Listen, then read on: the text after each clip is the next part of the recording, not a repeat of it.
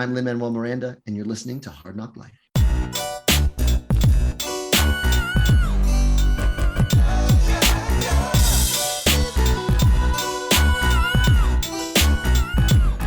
Well, it's the NOC in full color. You see me? The Hard NOC Life. Comics, movies, and TV. Yeah. Welcome to Hard NOC Life. I'm Keith. Dominic is out this week, but I have a very special co-host for this week's episode.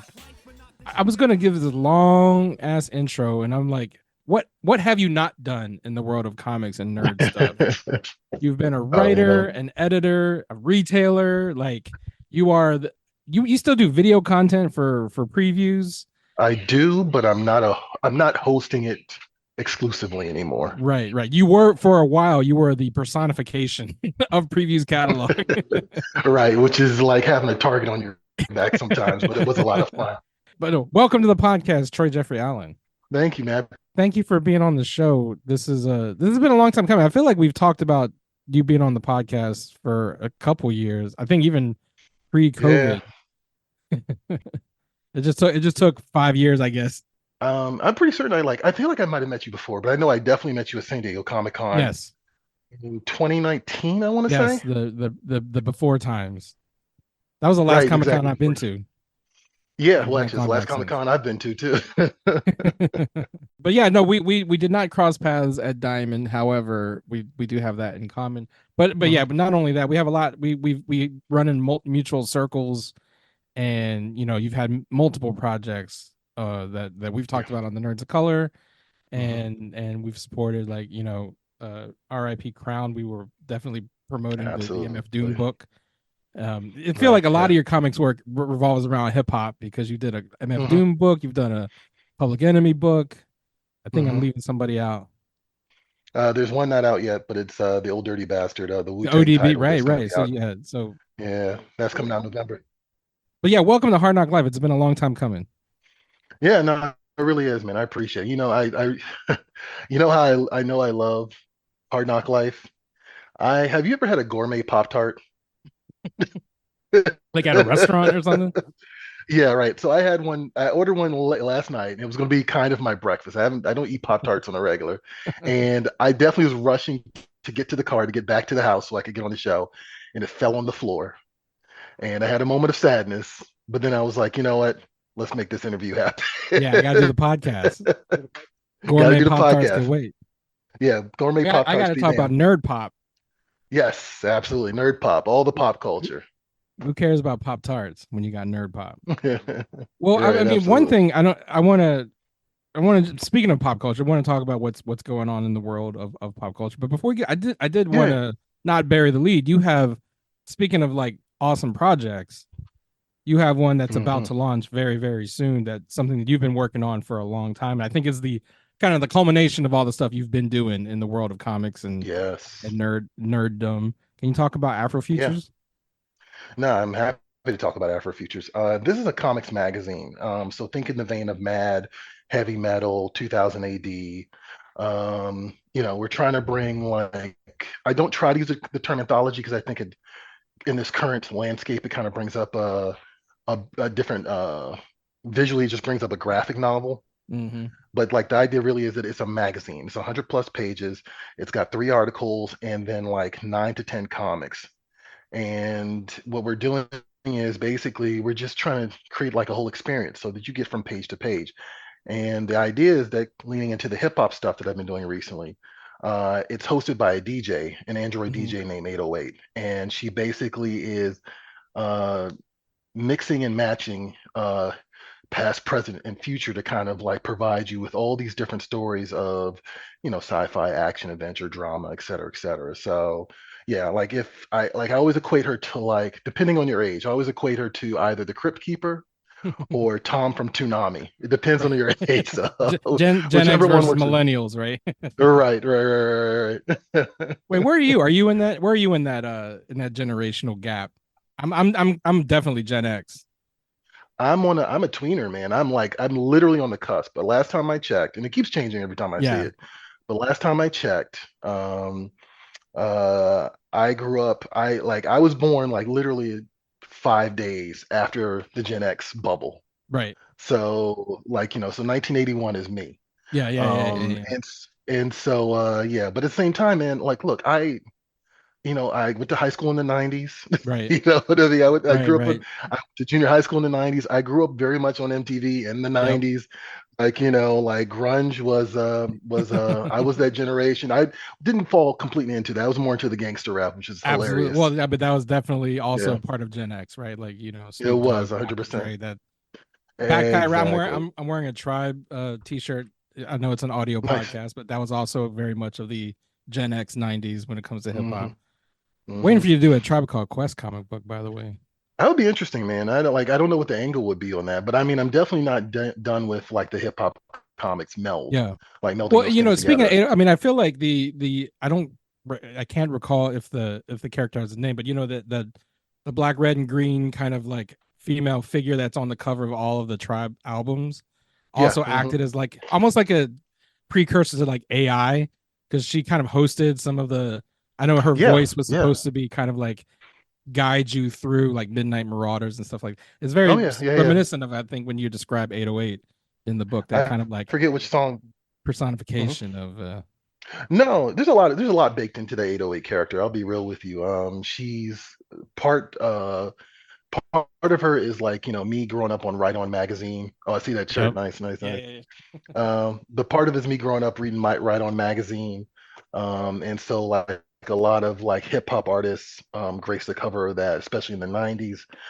Part of it's Tom from Toonami, like I said, part of it's the Crypt Keeper. yeah, Some of it is Janelle Monáe's baked in there, yeah, and then when the Arcandroid, right? yeah. And then the pleasant surprise was that like when I took this idea to Mervyn McCoy, who's the co-creator, Mervin's Jamaican, so Mervin kind of invited these dance hall elements into Mhm. the character as well that you can kind of really see. So she's a little bit of a fly girl, a little bit of a dance hall queen, like you know what I mean, like definitely in a robot. There's like a lot of elements there that I love. So, I mean, what was the origin of why you decided to do a project like Afrofutures? Like as you said, you were more inspired by doing not necessarily a comic book anthology, which has kind of been done to death, Hmm. but more of like this Mad Magazine, almost heavy metal approach. Hmm. But it's heavy metal, but with hip hop, basically, right? Where it's Right. comics and graphic stories, but there's nonfiction in there, there's articles, there's essays. Yes. Like, what was the origin story behind wanting to create a concept like this in 2024? I wanted to do something different, man. Like I'm in this unique position, and that like you said, I've done a little bit of everything, right? And so I've been at the conventions. I see what's on the indie tables. I have frequent emails with the major publishers at my day job, and I get the press releases. I see how things are being marketed. I see how things are kind of getting primed for the book market or the direct market, the Mm-hmm. comic book industry. And and so I was like, what is missing? Because that's always how I think about it. It's like, what is that avenue that no one else is taking that I can take? And that's not to say that there haven't been. I think Fair Square definitely did a comics magazine not too long ago. Mm-hmm. But my whole thing was like, well, I noticed two things missing, which is that I feel like there's a very marginal, in not all cases. I'll be very fair. I'll be very clear about that. But I feel like when it comes to like the Marvel and DC stuff, there's a very marginal perspective of what black is, right? Yeah. And so you kind of have to fit that. You kind of have to fit that bubble, right? And the other side of it too is like, well, I don't see a lot of material for 17 up. You know what I mean? Mm-hmm. Like, and so there was that element too. I've also been reading a lot about just black boys in education and how like it's very getting them to read, you know what I'm saying? And like so there was a big part of me that was like, well, I know how I was when I was a kid, man. Like I didn't want to read the stuff that you told me to read. Right. I Right. didn't want to watch the stuff you told me to watch. I wanted to watch the stuff and read the stuff that I wasn't told to. That You wasn't know what I mean? supposed to. I wasn't supposed to, you know what I mean? And like I was actually reminded recently that I definitely saw RoboCop when I was 7 years old at summer camp. At Yeah. summer camp, mind you. And And so well, that and like the beautiful thing about our generation is like they used to make toys on R-rated movies. You know what I'm they saying? did Like like there was Rambo, alien like action freaking figures, Rambo. there was RoboCop toys when we were kids. Like, Right. There's a RoboCop cartoon and a Rambo yeah, cartoon. We were we were exactly. we were wilding. We were out of control. But like, yeah, and so like I'm like, okay, well, let me try this avenue here because I'm like, I want to make sure that engaging a black audience for sure, right? I want to kind of my big thing has always been culture and creating the culture and creating an environment that fosters uh, expression, right? And so I was like, all right, yeah, let's get a little reckless with this, man. I've been drawing inside the lines for a couple of years now. Let's try something a little crazy. Let's go for 17 up. Let's do the zombie violence. Let's do the brief nudity. Like like let's do all that stuff. Like because I feel like there is an audience for that. And so that's what this book is. It's, if I'm going to invoke titles like heavy metal, if I'm going to invoke titles like Tales from the Crypt, then I need to kind of draw outside the lines. Yeah, yeah. So I want to mean, that create was my something first thought wild. when you showed me the project was like, this is like heavy metal for the hip hop generation, right? Like Yes. this is to Mhm. like hip hop what heavy metal was to, like suburban white kids in the 70s. You know what I Yeah, absolutely. mean? Absolutely. 100%. And that's definitely a big aspect of it too, is like, just meeting people, meeting my people, like, where they live. And, but also just, yeah, like really giving Black creatives an avenue to express themselves, not forcing them to kind of create these IPs, but give them something that they can really dig their teeth into and have a wild time with. Well, and I'm glad you mentioned IP because I know that like one of the things, as nerds of color, as folks who like worked in the industry, created original Hmm. characters and comics, you know, we hear a lot about like particularly when you race bend characters or not even race bend, adding, people of color, marginalized communities inside existing Hmm. IP. Like we're seeing this with how the internet is reacting to Star Wars and Yeah, whatever yeah, like yeah. is on TV right now or in the movie theaters.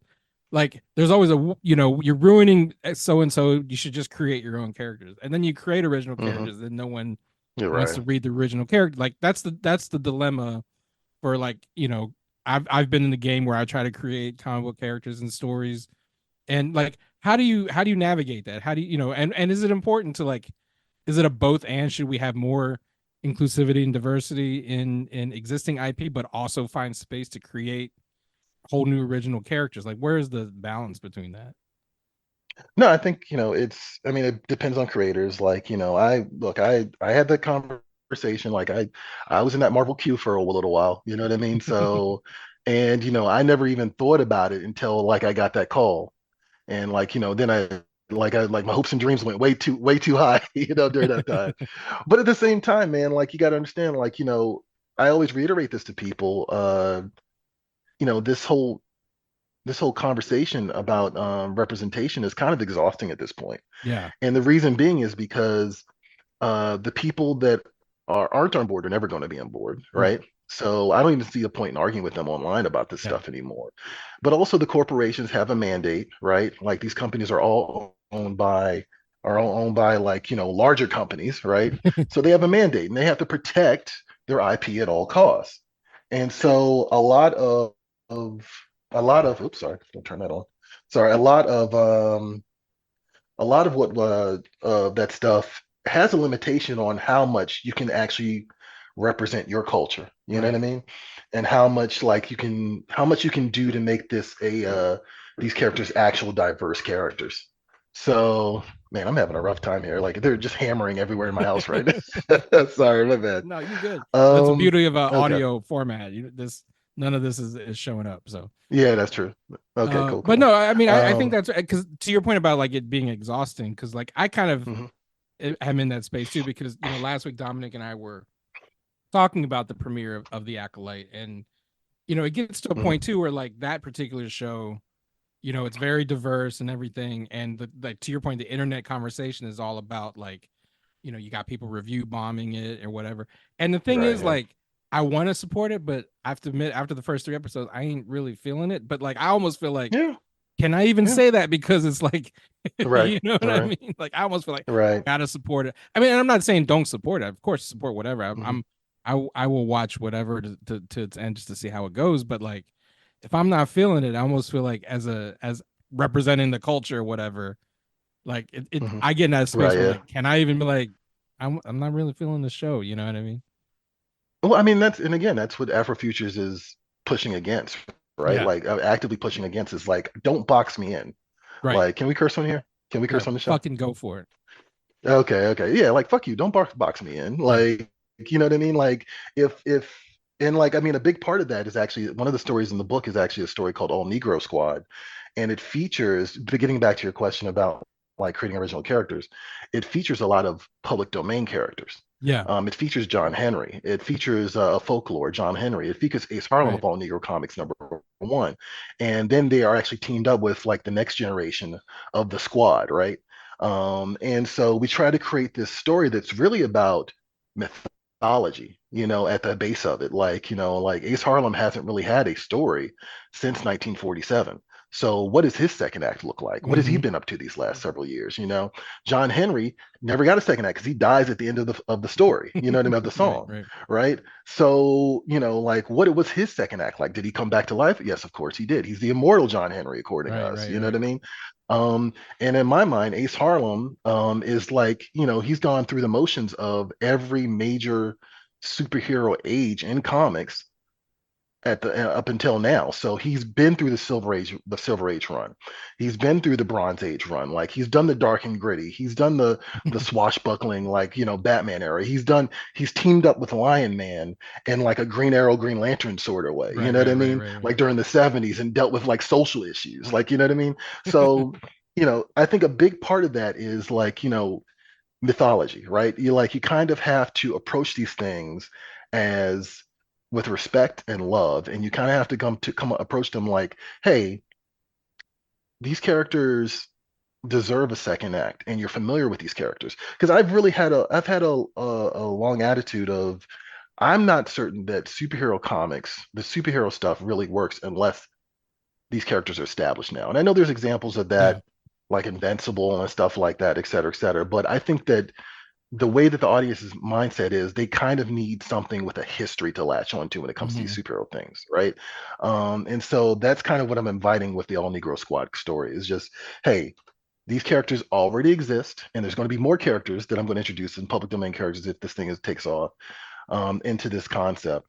And we're just going to keep moving forward, and we're going to catch you up on all the cool things they've been doing over the last like 70, 80, or John Henry's case over 100 years. Right. So that's the way that I'm combating it. And also to get to what you were saying earlier about Star Wars is such a rough example, right? Yeah. It's such a rough example. I saw the first episode of Acolyte 2. I love all the martial arts stuff in the first few minutes. I thought that was fun.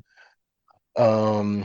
But I'm also kind of burnt out on. I'm exhausted on Star Wars too, right? I think that's what it is. That's my thing, right? Like this is Yeah. kind of like I'm kind of out on the whole thing, and but that's almost like sometimes I feel like whether it's Star Wars, whether it's Marvel, whatever, it's like I preach for like, yes, we need more inclusion, we need more diverse characters, and by the time we get it, I'm like already tired of I'm tired of the whole right.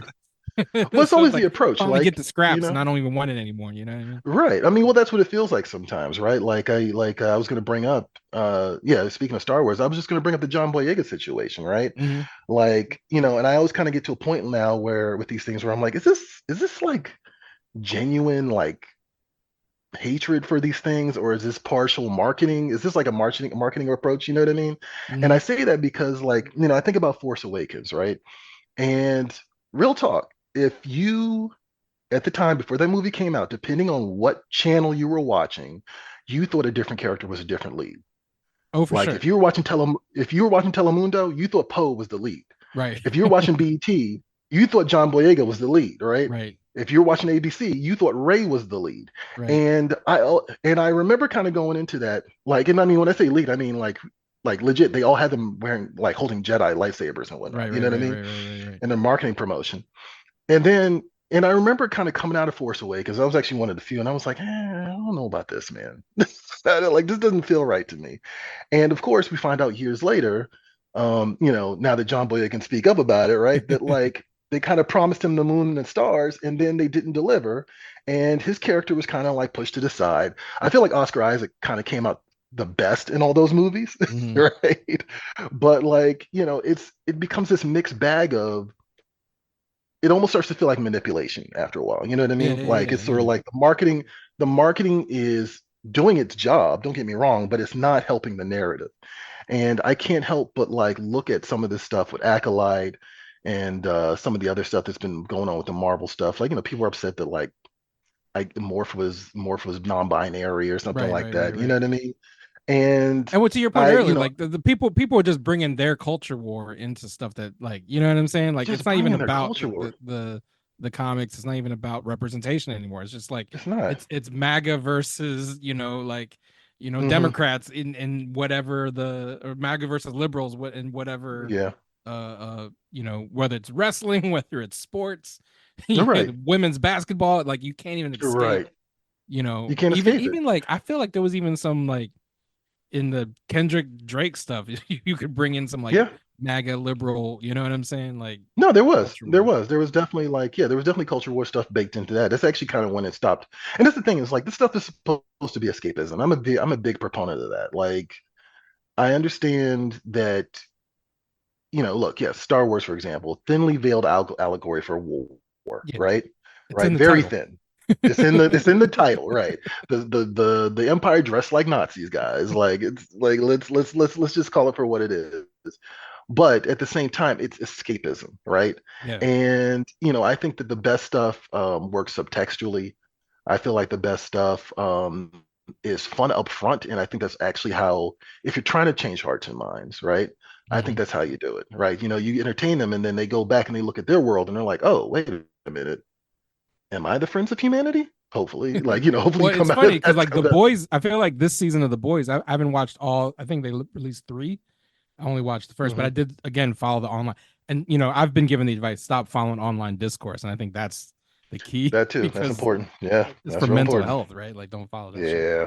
But like, Hmm. it's the same thing. It's like a lot of folks are realizing, like, especially people who like kind of put Homelander on a pedestal, and it's like, wait, are we the bad guys? Yeah. Like, yeah, Are motherfucker. we the baddies? Right. No, yeah. You And start like, so idolizing yeah, I Homelander, just like I think that tells you something that speaks more about right. you. You know what I mean? Absolutely. 100%. And I mean, you're always going to get those people that just don't get it, right? Like, Right. they're gonna engage with the character more than anything. I'm really big on like engaging with what the creators are saying about the project. I'm not big on you know, identifying too much with these characters. I'll be real with you. Yeah. Um, I've always been the behind the scenes guy. I'm the guy who gets the Blu-ray and watches all the behind the scenes Yep. extras. I want to know how, why, when, where, after I've seen it, of course, right? I've Right. Right. Right. experienced it. Right. Right. So yeah, so this idea of like, oh, Homelander's my guy, it's like, maybe you missed the message there. Like, maybe we need to reel that back. Maybe I just need to leave this conversation with you Yeah. altogether. Exactly. It's like, oh, I can no longer talk to you on a human to human basis anymore because. But Right, I right. Or mean, even going back fan to to fan. Afrofutures, Yeah. that, like, I don't want, we're talking about like superheroes, but I don't want folks to like think it's a superhero book because like I No. think Mm-mm. it alludes to Afrofuturism. It's very much like speculative Hmm. fiction, science fiction Yes. baked into it as Hmm. well. And I almost feel Hmm. like that's I'm more interested in those kinds of stories more than even like superheroes. Like I know Hmm. it's taboo to say this, particularly in like the fields we work in, but like I do feel like superhero fatigue is real, and like Hmm. superheroes have been around for 100 years, and like there's not a Hmm. lot more you can tell with those kinds of characters. You know what I mean? Like Hmm. Hmm. you've kind of like they're all variations of the same story, and I feel like, but like what's beautiful about speculative fiction is it's in the word speculate. You're thinking about what Yes, does the right. future look like. Like what made Star Hmm. Trek so powerful was that like it Hmm. was an imagination of what the future would be, and a lot of that shit came true. You know, Yeah. Right, um, right, right. and I was watching Three Body Problem on Netflix. Like that kind of like that to Hmm. me is much more like is tickling that thing in my brain than a lot of like the Star No, Wars and absolutely. superhero stuff right now. Yeah, So how no, I much of totally get that that. I mean, I'm is in Afrofuture? it's actually, I mean, like, quite a bit. Like, I mean, I had a moment where I was looking at Negro Squad, the comic itself, and I was like, wow, this is the first time I've ever written an actual superhero book. Like, you know what I mean? Hmm. Yeah, yeah, yeah. Um, but then, like, we also have a Josephine Baker spy story, which is Yes, something I that wanted to I've been talk sitting about with that. for almost, yeah, for like 20 That's years. I've been amazing. sitting on this idea, and it's not the thing that it's not the original concept I had. I'm hoping that I can do that concept in number two, but we introduce you to this idea of Josephine Baker, the Nazi hunter. And I'm really hoping that people really dig that. And it seems like everybody say it too, like they get a smile on their face, right? And I just think that's cool because, like, we know for a fact that she was part of the French Resistance. She was awarded by France for her work during the World War II.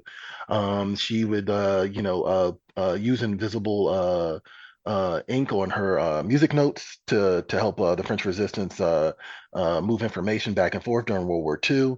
And also because she was a international celebrity, she could do that. Right.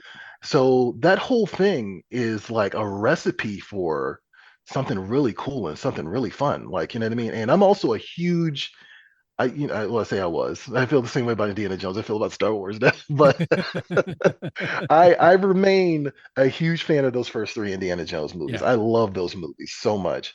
And I remember when I first discovered, probably about like 19 or 20, about the actual history of Josephine Baker.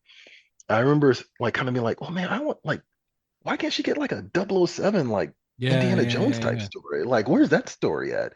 And so I've been waiting. Some people have done, there's like an erotic novel that's kind of like that, right? And I think there was a show actually with Janelle Monáe that I've never heard about again, but I know that they were trying to do something where she played Josephine Baker Oh, during World War II, but it wasn't like she wasn't the star. It was about the French Resistance, I think. right. But no one's really touched this idea. And so I just kind of had a moment. I was like, Troy, it's now or never. Because, yeah, once I saw the Josephine Baker, Janelle Monáe announcement, I was like, okay, you got to put this thing out. Yeah. Like, you've been thinking about this for 20 years. Like, just knock it out. Someone's So gonna get to it if you don't. You know what I mean? if you don't, right, exactly. So that's really exciting. We also have a tribute to Jay Dilla in the story called Telephone. Which is kind of like almost like a magical realism, like some type of story about his final days. Oh wow. And that's by Erica Hardison and an artist named Bliss. And he has a very ethereal style that really suits that. It's like fantastic. There's a story called The Last Round, which is like a cyber boxing thing. I kind of equate it to um, Mike Tyson's Punch Out, but in the dystopian future. Um, yeah, like I mean, there really is just a little bit of everything. We do have articles about the history of all Negro comics, so that's going to be supporting the All Negro Squad story for those who are not familiar. Which I'm discovering a lot of people don't know a lot about that. Mhm. We have an article also because our main character, our host is a DJ Android. We have an article about AI's impact on the future of music and original music in particular, and so that's actually also really interesting. And then And I mentioned Drake and Kendrick earlier. I mean, it's timely because mhm, part of the beef there was a song that I think Drake part put of the out drop. where he was using AI to like Yeah. tailor made. Hmm. I think he was using AI to like mimic Yep. Tupac and Yep. Snoop, which is weird because Snoop's actually alive, but whatever. Right. Well, that's because Snoop wasn't going to Yeah, co-sign. Snoop ain't gonna co-sign Kendrick is. Right. But no, but I Right. mean, but it's time. So it's timely. And speaking of timely, like the Kickstarter is Hmm. launching soon. It's launching this week. Yeah. Once Mhm. you've launched, like, what is the, I guess, what is the vision for? Because this you're launching the Kickstarter's to launch this first issue, correct? Or is it to Yeah. launch the Yeah. entire thing? Like, what is So, the vision for the future of AfroFuture? so the vision for the future of After Futures is that it'll do amazingly, Yeah, of and course. people will love it. And everybody from your kid to your grandmother will love it. Yeah. And we'll be able to do a second issue, and we're just going to keep getting crazier and crazier. That is the goal. And so I'm really looking forward to that. I think that this is something that the market needs. You know what I mean? Like it's not trying to be like anything else that is already out there right now. And it's also trying to create a space where people could just have fun. And I'm not, I don't want to be too preachy, but I definitely spent time on a set for an Afrofuturism documentary. I was like one of the production staff, and I got to sit down and listen to guys like George Clinton and Vernon Reed explain what this was. And as time went on, and that was right before the pandemic, and then the pandemic happened, like literally like a Mhm. month before. And so it really kind of gave me this idea of, you know what, Afrofuturism is this concept that is so it's so amorphous, right? Like you Mhm. can take it and you can do so many things with it. And so my whole thing is like, you know what, let's treat this like something that is forward thinking. Let's treat this like something that is future proof. And so, calling it Afrofutures isn't just the name, it's because the book is really thinking about what's next. You know what I mean? Like we're thinking about how can we mythologize these public domain characters that haven't gotten that second act. We're Right. thinking about how can we continue to mythologize guys like Jay Dilla for the future. Like, you know what I mean? We're thinking about like the future of music, and so we're really kind of leaning into this idea of being futurist, Afrofuturist, forward Mhm. thinking, moving forward. And so that is the goal of this is like when you come out of reading this thing, hopefully you get motivated to ignite a new black future for yourself. You know what I What I mean? love Creatively. about that is that, I love this idea of like forward thinking and looking to the Hmm. future and imagining because that's one of the most radical things you can do is imagine a future where God, yes. people of color, where black people are agents of their own making, you know what I mean? Hmm. And not Hmm. and what's so fascinating about that is it's so much I think that's tied up into like our current pop culture, our current, Hmm. like everything is nostalgia. Yes, It's all absolutely. about it's all about looking back and when Backwards, right? times were better, right? And like the Right. radical For thing some about people. Afrofuturism, well, that's my point, right? The whole Yeah. radical thing about Afrofuturism is like we're looking towards the future where things will be Right. better because we know the Hmm. nostalgia. Even you and I have nostalgia for like we were just talking Of about course. like Yeah. the stuff we watched growing up. But if you Hmm. if you unpack that, if get into a DeLorean and go back to that time, you realize you know the things that make America great did not Hmm. make America great for everybody. For everybody, exactly. No, yeah, that realization. Back to the Future is one of my favorite movies, and the realization that like, oh, I guess this movie, the concept of going back to the 1950s doesn't really apply to me. Like, you know what I mean? Like Yeah, that was kind of a bummer once I got older and realized that. I was right. like, oh, okay, that's Oh, you want interesting. to bump? Uh, You want me to bum you out some more? If they yeah, go made Back for to it. the Future today, Oh it'd be yeah, going back to 1994. I know. Isn't that crazy? That's Oh fucked up. God, that's fucked up. That's not cool. So Yes, anyway, so you but said what is the date that folks can look forward? Because this podcast is coming out um, today, so people will, if they oh, it's want to get dropping on today. log Okay, on to cool. Kickstarter, when should Hmm. they Well, find out? actually, you can log on if you jump on Kickstarter now and type in Afrofutures. The pre-launch page will show up, and you can definitely get notified. But it's more than likely it's going to go live tomorrow, June 18th. So yeah, just keep an eye out for it. Definitely follow me on Instagram, Facebook, Twitter. I don't think I'm on anything else. TJA Comics. I guess it's not Twitter anymore, but you know what Yeah, I mean. whatever. It'll TJA always be Comics. Twitter. It'll always be Twitter, right? Yeah. And Rexco Comics, which is actually the publishing company that's going to be putting this out, along with Cosmic Lion Productions. Um, so yeah, just give us a follow because yeah, we're going to be showing you some really cool stuff. Like we've got like 9 stories, and I've only probably talked about 3 or 4 of them right Hmm. now. So Can you yeah. share what some of the perks are going to be for folks who back on Kickstarter? Yeah, yeah, yeah. I mean, part of this whole thing is we're going to also be doing prints. So there's 3 covers. There's an amazing grills cover. There's actually a cover I call Bottom Rose Gold after the Nelly song. That it just is it's basically someone's teeth with the grill Hmm. Afro Futures on it by Bliss. It's a great cover. Then we have the All Negro Squad cover, which is by Nelson Blake, and it's them fighting zombies. That's the zombie story I was telling you about. They're going to be fighting political zombies in Washington, D.C. Um, during the Obama inauguration, actually, which is going to be fun. So there's going to be some celebrity cameos too. Nice. And the final cover is actually by, I will say this, he's not black, but I was like, I can't turn this down.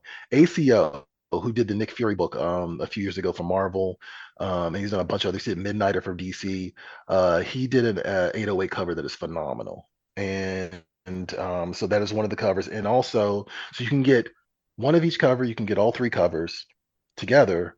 But also, there's a bundle where, depending on regardless of which cover you get a print of each cover, And then there's also a sticker pack, a sticker sheet that comes with all the different characters on it as well. There's like a mystery character sheet. Oh, nice. So we're trying to keep it relatively simple because I think sometimes these Kickstarters get wrapped up into, um, you know, the main thing is not the event. The book is the event. You know what I mean? Right. And so like, we want to make sure that like that is the focus of it. It's going to be slightly bigger than your typical comic book and typical magazine, just because I really want to highlight the artwork in it. Hmm. And so that's going to be additional perk as well, because my whole thing is like, I want you to put this on your coffee table and flip through it. Like, you know what I mean? Like it just looks that good. So yeah, and the actual drop is February. So we're gonna drop it in time for Black History Month / Black Futures Month. Nice. And then February Mhm. 25. Yeah, February 25. Yeah, Wow. February So 25. like production wise, you're pretty much like I'm pretty deep on the into it way. actually. Like, yeah, we've been working on this for 3 years. So and then like I write 3 stories in it, and then like there's 5 other writers who are working on this as well. And everyone else has turned in their scripts. Like the artwork is done on several of these stories already. The feature story is on Negro Squad, and that's the one that we're working through right now. Mhm. And actually, I just got the final pages for Josephine Baker, and they look phenomenal. So I'm looking forward to sharing all this with you guys. Yeah. And just kind of like zooming out a little bit, again, you Mhm. and I have worked in the comics industry. We've know what it's like to publish with the big two, and now I guess like big 2.5, with the indie publishers. That I read a stat a long time. It was like Kickstarter is one of the, if you look at the number of comics that come through Kickstarter, it's like one of the Mhm. bigger publishers of comic book Oh yeah. media Mhm. today. And just like and this is not your first crowdfunded project. Like, what is It's my your first. opinion of? Oh, Mhm. is this your first crowdfunded So project? it's my first as a solo creator, as well. I say a solo creator, but like it's the first that I'm heading, I should Right, say. right. Like, the ODB project went to Kickstarter. There was a crowdfunding for the Chuck D project as well. Right. So But yeah. just in general, like the idea of like crowdfunding, I mean, I think it's revolutionary. Like, Hmm. and it does, democratize comics public, just any kind of publishing, right? Absolutely. It takes down a lot of the gates that are up for people who want. We joked earlier about previews, and previews does what it's supposed to do in terms of like getting books into the hands of Yeah. retailers and ultimately like fans.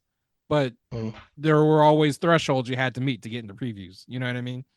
The Right. thing about Right. Kickstarter is that it takes it directly to the consumer, and Hmm. just from your experience in the industry, like what is the future of like crowdfunding and folks moving to that space to get their Well, I mean, particular original comics into people's you know long boxes or whatever. well, I mean, I'm a little concerned just because a lot of these companies like Twitter, a lot of these online companies are like online first, right? And Yeah, I just saw the Kickstarter is also facing this problem. Is like they are at a point now where they're trying to find a way to monetize every aspect of these things, right? right. So I think that, so there's a part of me that wonders what the future of crowdfunding is going to look like in terms of that, right? Because is it going to be one of those things where it's like, okay, you can put your project on here, but you got to pay for this, you got to pay for this, you got to pay for Yeah, this, you got to yeah, pay yeah. for that, like, everything is. I joked about this like a few days ago. Everything's a microtransaction now. Yep, Like, yep. what I mean? Like that is the gift that the video game industry gave us, and we haven't been able to. And everybody else kind of took notice of it. So now you got to pay for ads on streaming services that didn't have ads 2 years Right, ago. right. I mean, You know what I streaming mean? services are basically turning into cable again. It's like, Yes, exactly, here's a exactly. bundle of all the streaming services. You just have to watch advertisements and stuff. Like, Advertisements, right? isn't that commercials? Isn't that why I cut the Right, cord? exactly. So I am a little concerned about that, but at the same time, I do appreciate the fact that it can help me find my tribe. Algorithmically, it can help me find my tribe. You can also, of Mhm. course, go to conventions and proselytize for yourself. But and that's very useful, right? You know what I mean? So, yeah. So it's one of those things where, um, sorry, somebody came in. It's all good. It's one of those things where like the future of crowdfunding, we'll see. I kind of feel like the internet's about to hit this ugly phase where Yeah. well, it was truthfully it was already in its ugly phase, but you know, it Even started uglier. off like the wild. Yeah, it's like it started off in the wild as the Wild West, and that was kind of fun and interesting, right? The MySpace, GeoCities Right. like days, and then we transitioned into like I guess what is Web 2.0, which is where we are now, um, and you know that was heavily social media influence, which also starts Mhm. to feel like social engineering after a while, Yeah. Yeah. It and absolutely is. now I think we're going to shift over to like everything is going to be like cable, you know. So we'll What's see old where is that new goes again. and where that what's old is new again. So we'll see where that goes. Well, you know, and of course that's just because corporations are like, well, we got to make we can't beat them, so let's just buy them, like you Yeah. know, No, I mean, right? and cancel projects for tax breaks. That's kind For of the tax breaks, yeah, that too. That's a real thing. You're 100% right about that. So we'll see. We shall see what the future holds. You know, but there will always be something else that pops up, which is also nice. I mean, that's the resiliency of like pop culture too, right? It Mhm. adapts and it reflects the times, and dedicated creators like yourself will always find ways to get the work out there. So Oh yeah, uh, absolutely. I'm not, you know, like if I can't, if it's 20 people or 20,000 people, like I have a unmistakable urge to tell stories. yeah, So I'm going to find a way to get it out there one way or another. yeah. Well, I'm glad you came to me and wanted to help launch the project on the podcast, and Absolutely. like it's super exciting. It's one of the most exciting projects to come down the pike Thank in you. a long time. So I can't wait for for you to get the support that you need to get it made, and then for it to come out Mhm. early next year. 2025 is going to be a big year. Yeah. What else is happening in 2025? I don't even know right now. Well, I mean, we're hope it's either the beginning of the end Oh of no. the world, Oh, is it or 2025? Is 2025 one of those numbers yeah, it's one where of them like we're numbers. supposed to? Oh, okay, And then, gotcha. but you know, as long as we make it to when like Superman and Fantastic Four comes out, that's all that Oh, matters.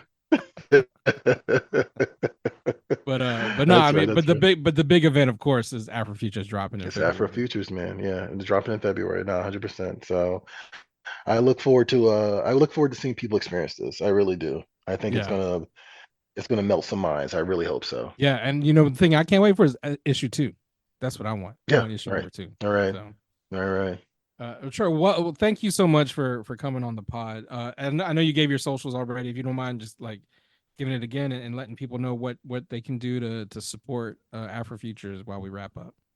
Yeah, yeah. Yeah, you can just go to Kickstarter, type in AfroFutures. Like I said, the pre-launch page will show up first. You can hit the notify button for that. If you are more likely to see notifications in your emails. If you're more of a social media person, then just follow me, TJA Comics. That's Instagram, Facebook, Twitter, or X, or Shitter, Yeah, depending shitter. on how That's you how I want to put pronounce it. Shitter.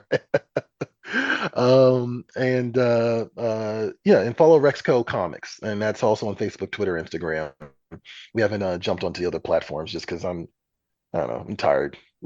It's too many of them. It's There's too too many. I many don't of even know them. how to use half of them. I don't even know how to use half of them. They all seem like variations of Twitter too, which is kind Well, of they like are. okay, Yeah, whatever. exactly, exactly. Yeah. Not you're not on TikTok yet.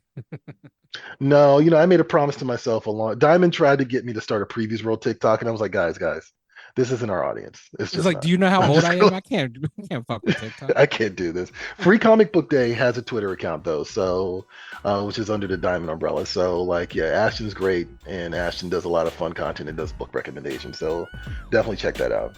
Awesome. Well, Nerds of Color, you can follow us, the Nerds of Color, on all platforms, the same ones Troy mentioned, and go to hardknockmedia.com to find the podcast. Give us a rating and review. I will also put the links to AfroFutures in the descriptions on YouTube and in the podcast. So Awesome. thank you guys for listening this week. We will be back next week. Until next time, thanks so much, Troy, for jumping on the podcast. And hopefully it's not the last time. You can come back, talk whatever movies, whatever comics, whatever shows are out. You got, More than I know happy you got to. opinions. If you want to share them, you have an open invite to come back to the podcast. More than happy to, man. Absolutely. I will mouth off about anything in pop culture. It's all right, whether I know it or not. Well, that's the qualifications everybody else has. So You're right. Yeah, it's like the qualification went down, so I'm like, whatever, it doesn't matter. I'll just talk shit for. Exactly. It doesn't matter. That's pretty much what this podcast is. We just talk shit about whatever. So, all right, appreciate you, man. All right, catch you later, Keith.